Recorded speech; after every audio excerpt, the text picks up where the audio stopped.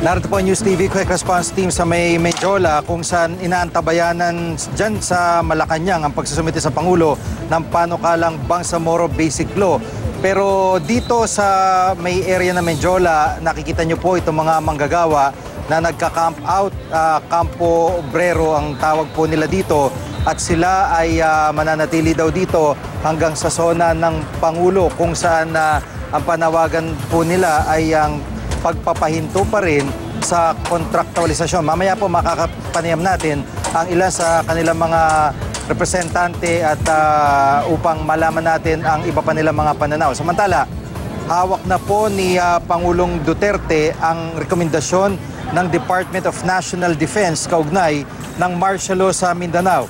Ayon kay Presidential Spokesperson Ernesto Abella, natanggap na nitong Huwebes ng Pangulo ang rekomendasyon ni Defense Secretary Delfin Lorenzana na tumatayo ring martial law administrator.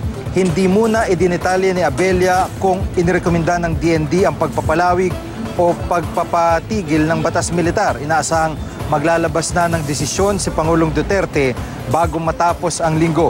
Sa July 22 na matatapos ang 60-day period ng martial law na itinakda ng Saligang Batas. Inirekomenda naman ni PNP Chief Ronald De La Rosa ang pagpapalawig ng martial law sa buong Mindanao sa gitna ng patuloy na bakbakan sa Marawi City.